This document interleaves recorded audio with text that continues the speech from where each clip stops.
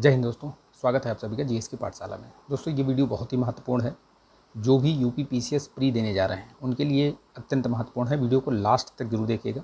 CSAT से related मैं बहुत अच्छी एक स्ट्रेटजी बताऊँगा। बहुत सारे बच्चे ऐसे हैं, अब समय भी बहुत कम बचा हुआ है, आपको सीसैट पर पूरा ध्यान देना पड़ेगा। अगर आप जीएस पर ही ध्यान फोकस करके रखेंगे और सीसैट में अगर आप फेल हो गए तो इसका कोई मतलब नहीं है। जीएस में आप 200 में 200 लेके आइए और सीसैट में अगर आप 33% नहीं ले आए तो आप फेल समझे जाएंगे। ठीक है, तो इसलिए मैं कुछ आपको बताने जा रहा हूँ, उसको बहुत ध्यान से सुनिएगा।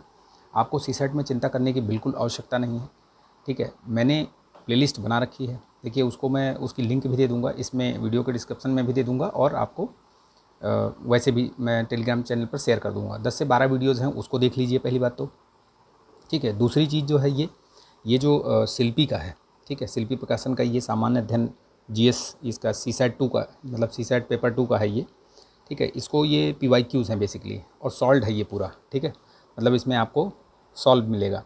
इसको आप 2012 या 13 से है ये, जब से भी है ये। ठीक है, नई वाली मिले तो ठीक है, ये तो पुरानी पिछले साल वाली है, तो जब भी से आपको ये मिल जाए। ठीक है, 2012 से है तो उस समय से ले करके और अभी 2023 तक का पेपर आप एक बार पूरा गो थ्रू हो जाइए। ठीक है, स्पेशली जो रीजनिंग और जो मैथ्स के सवाल हैं वो, प्लस जो आपके इंटरपर्सनल स्किल्स हो गए स्किल वाले वो। ठीक है, ये डरने की ज़रूरत नहीं है। बहुत सारे क्वेश्चन रिपीट होते हैं, मतलब आप मान के चलिए कि मुझे लगता है कि 30% 40% तो क्वेश्चन रिपीट हो जाते हैं।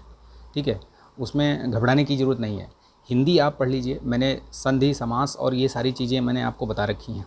ठीक है, वो पढ़ लीजिएगा, प्लेलिस्ट पूरी बनी हुई है। 10 से 12 वीडियो है, बहुत ज़्यादा मतलब बड़ा वीडियो, बहुत लंबे चौड़े वीडियोज़ भी नहीं हैं, देख लीजिए उसको। ठीक है, तो उससे आपका ये सीसैट वाला काम पूरा हो जाएगा। दूसरी चीज़ मैं जो आपको बताऊंगा कि अभी 50 दिन से भी कम समय मान के चलिए कि 50 दिन लगभग बचे हुए हैं।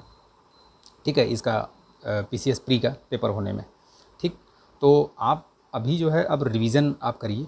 ठीक है, आप जो भी आपने अभी तक पढ़ लिया, नोट्स बना लिए।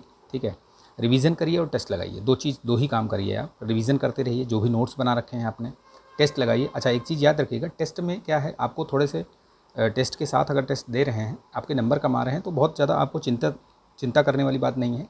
आप जो आपके गलत हो रहे हैं प्रश्न या जो आपसे छूट रहे हैं प्रश्न, ठीक है, उनको आप अलग से थोड़ा सा लिख लीजिए या टेस्ट में आप मार्क कर लीजिए, दोबारा उसको आप पढ़ लीजिएगा। ठीक है, अब मेरा जो सजेशन रहेगा आपका वो रहेगा कि आप अगर कोई भी टेस्ट दे रहे हैं तो उसको एग्ज़ाम से कम 2 से 3 बार उसको आप रिवाइज़ कर लीजिए।